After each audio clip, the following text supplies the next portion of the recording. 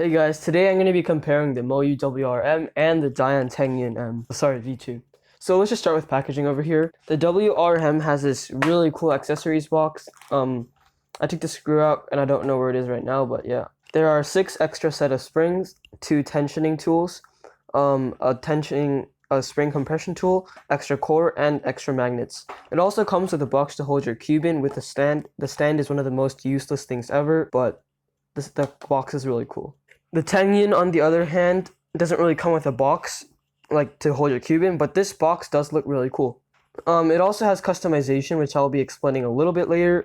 So you basically get this screw for, I don't know what this is called, I guess it's called a screw, but you do it to change the tensions. And you also get this tool for changing the magnet strength.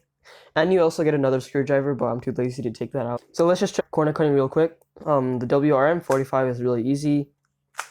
And then line to line over here, no problem. A little bit further it can cut, and then this is usually the part where it can't. One thing to note is that the corner cutting is not like, it's smooth, but it's not the smoothest I've ever seen. It is on the snappier side. Here is the Dayan Tengyun V2M. The 45 degrees corner cutting is really good. This is also a snappy cube, but a little bit more snappy than the WRM. 45 is really easy, line to line. A little bit past, still cuts, and then it will stop. Oh, never mind. What? Okay. It will stop here, and then it will just reverse corner cut after that. So corner cutting on both these cubes are absolutely amazing, so I really can't give any side a win because corner cutting nowadays is so good to the point where you don't really know what cube is better. So let's talk about the feel of these two cubes. The WRM has a really smooth and clacky feel. It's not necessarily buttery, but it is really, really smooth. Here you can listen to the sound of it.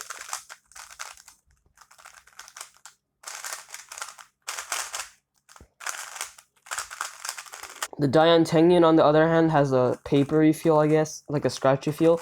But I do really like it. It is smooth at the same time, so it's good. I tried lubing it with some heavy lube, but it still maintains that sandy feel.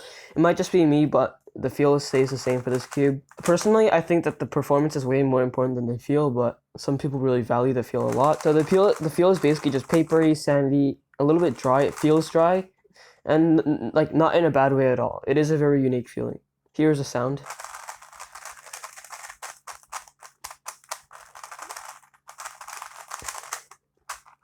So customization on the WRM is not necessarily the best. All you get is this tool, I guess, and then you basically it's very hard to see, but you basically turn it until like it goes inwards like that, and then you move it around to tighten. Right now it's at the lowest. You can probably barely see, but it gets up higher and higher and higher and higher, and then that is oops. So basically you turn it, and then the higher you go, the stronger the spring strength will be.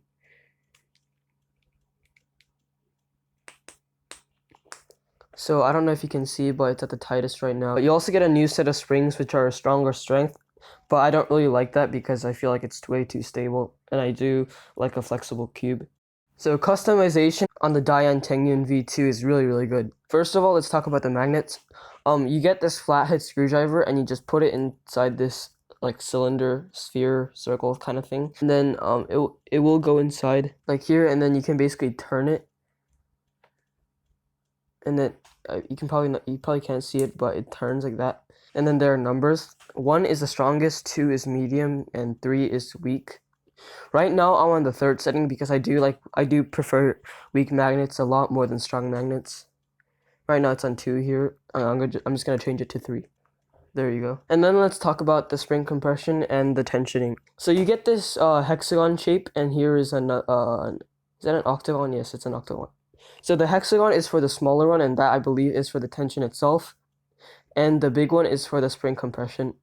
I don't really like to mess around with this because I don't really know how it works, but just go watch another video if you really want to know how it works. So now let's talk about the most important part, the performance. The WRM is a slightly more flexible cube. I would say the turning is really good because it corner cuts a lot, so I can like use that corner cutting.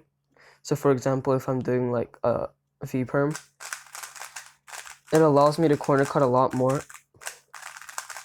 compared to a stable cube where I have to turn a lot more accurately. But the problem is this cube is quite fast, so if you aren't If you are a light turner, then this would be good. But if you're an aggressive turner, I don't think it's very good because the corner cutting's good, but it's really fast, so it might be a little bit hard to control.